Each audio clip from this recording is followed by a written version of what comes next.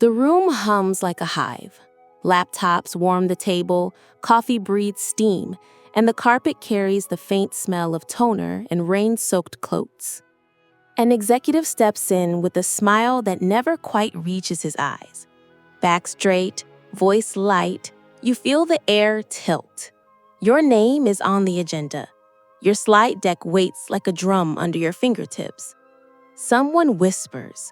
A phone shivers in silence, and the small sounds of power begin. The careful chair scrape, the measured laugh, the practiced pause. You think of every time a brilliant ideal died because it threatened the wrong ego. Every time a rumor moved faster than truth. Every time a room rewarded confidence over competence. Greene's book doesn't promise goodness, it offers clarity.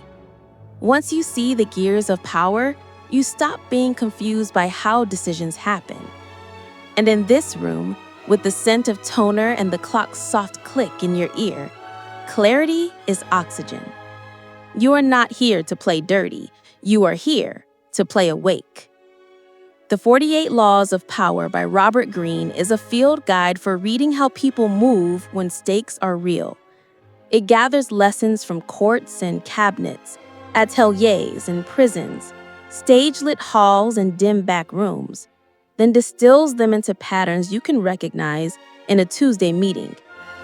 Greene threads together anecdotes from rulers and courtiers, generals and artists, to show how attention, reputation, timing, and emotion shape outcomes more than facts alone. The book is controversial because it refuses to pretend. It does not tell you to be cruel, it tells you to notice the game's cruelty often plays. Used blindly, the laws can corrode a life. Used consciously, they protect you from naivete and help you steer without shouting. In a world where careers hinge on how you frame a sentence, when you speak, who repeats your words, and who feels bigger standing next to you, understanding these patterns is not optional. You do not have to love power to study it. You only have to live around it, which you already do. The core idea is unsettling and liberating. People respond to perceptions of power more than to truth. Perception is shaped by attention, timing, and reputation, braided through emotion. You cannot control everything, but you can shape the frame. When you guard the status of those above you, speak less than necessary, act instead of argue, and design how others encounter your work, you change the field without raising your voice. Power here is not domination. It is the steady ability to protect your time, choose your battles, and move outcomes a few degrees in your favor consistently. Picture your first major presentation in a new role. The air smells like fresh paint and old secrets. Your opening slide dazzles and lands wrong. The executive's eyes tighten a millimeter. You dial back the brilliance by making the story about leadership's original vision. You keep your insights, but let them wear his colors. The temperature rises. Questions soften. Afterward, in a hallway tinged with citrus cleaner, he claps your shoulder. "Smart work," he says, both approval and warning. Weeks later, a competitor circles your clients just outside the lights. You feel the current change in short emails and careful smiles. This is not the moment to announce plans. Conceal your intentions. Host friendly lunches, talk general strategy, move the real pieces elsewhere. A quiet partnership signs. 2 deadlines inch closer. A headline becomes a question. When the reveal comes, it feels inevitable because you staged the moment. At a tense review, a senior director aims a baited question. Tone smooth, eyes sharp. The room smells like cold coffee. He wants you to fill the air. Always say less than necessary. You breathe, give a spare reply, and stop. Silence thickens. He rushes to explain, revealing more than he meant, and validating your position. Your restraint becomes a tool. Let others spend their words. Attention is oxygen, but you do not chase all of it. You shape the right gaze. One bold visual tells the story at a glance, paired with a clean phrase that sticks. A rumor swells that your timeline is impossible. You do not swat at it. You ship a short demo that makes the rumor irrelevant. Two skeptics test it. They push, it holds. Applause arrives as relief. The lights feel warmer, the chatter loosens, and even the air tastes less metallic. Win through actions, not arguments. Protect your name like fragile glass. Reputation builds slowly, then pays interest. When a whisper says you are difficult, resist fighting smoke with smoke. Lean into clarity. On-time deliverables, generous credit, quick notes that absorb blame. Your word becomes dependable. Gossip turns to static beside a clear bell. Then pull back. Use absence to increase respect. Skip one optional meeting you usually rescue. People feel the space you leave. Your time grows scarce. Your presence grows valuable. When you return, your points land heavier because you were not everywhere.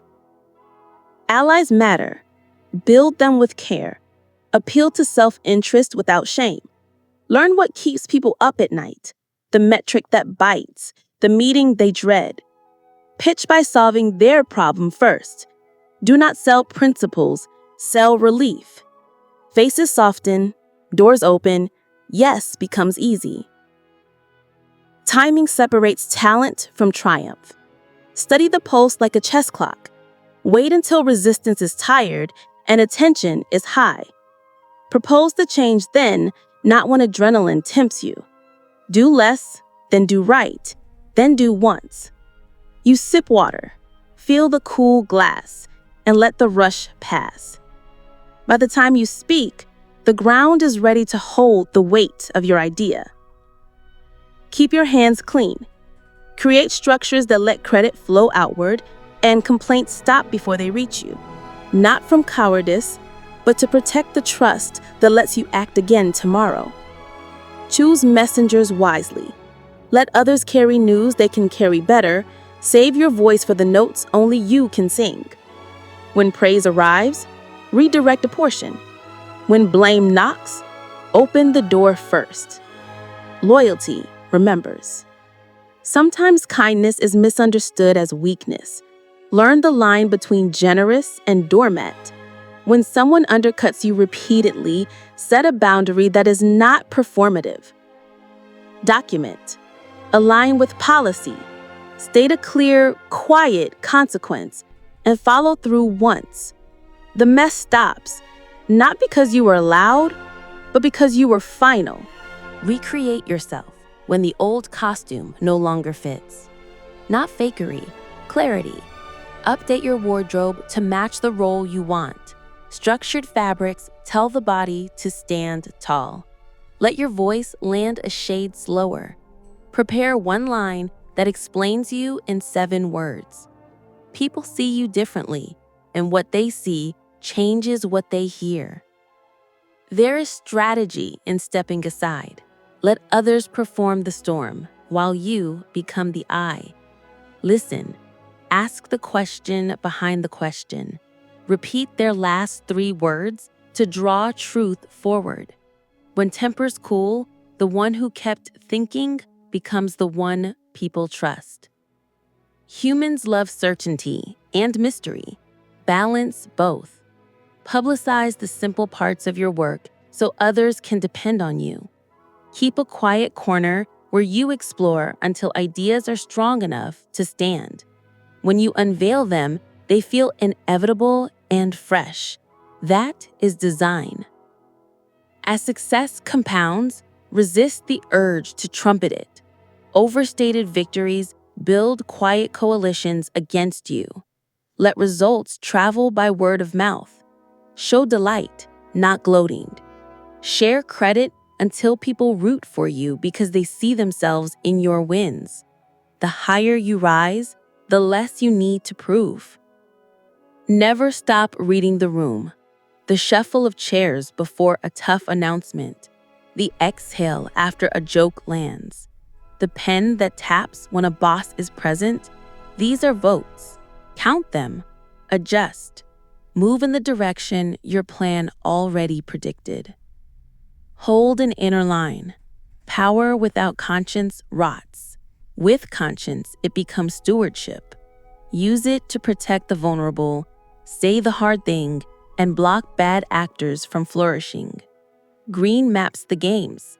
You choose who you become while playing them. Practice in small moments this week. Introduce a good idea and let someone senior sign the final line. Choose silence where you once tried to persuade. Offer your blocker something they actually want. Switch off your phone for an hour so your presence in the next meeting feels like a choice. Power follows attention. Attention follows design. Begin with intent. What matters is not memorizing 48 sentences. It is building a sense in your skin, an instinct to notice current and swim with awareness. Then you stop being shocked by waves and start reading the tide before anyone sees the water move. Step back and the pattern is clear. Power gathers wherever attention, timing, and reputation meet human emotion. You can shape those forces without losing yourself. Guard the status of those above you so your ideas have room to breathe. Conceal plans until they are strong enough to survive contact with doubt. Speak less and let silence move the tension to others. Win through action. Protect your name with small, reliable behaviors repeated daily. Use scarcity to raise the value of your presence. Appeal to self-interest so allies feel safe. Time your moves for the moment when resistance is tired and minds are open. Keep your hands clean by designing structures that share credit and absorb blame wisely. Set boundaries once, clearly. Recreate yourself when your presentation no longer matches your ambition. Balance certainty and mystery. Read the room with the focus of a musician tuning by ear. Above all, carry conscience. Influence is a tool. Character is the hand. With both, you steer without shouting and leave the space better than you found it. If this resonated, take one move from today's story and practice it in the next 48 hours. Dial back one slide to let someone see your glow. Replace one argument with a small demonstration. Guard your time with one deliberate absence. Then notice what changes, the way people speak to you, the way you feel in the room. If you want more deep human summaries like this one from the 48 Laws of Power, subscribe, share this with someone who needs it, and tell me which pattern you want to master next.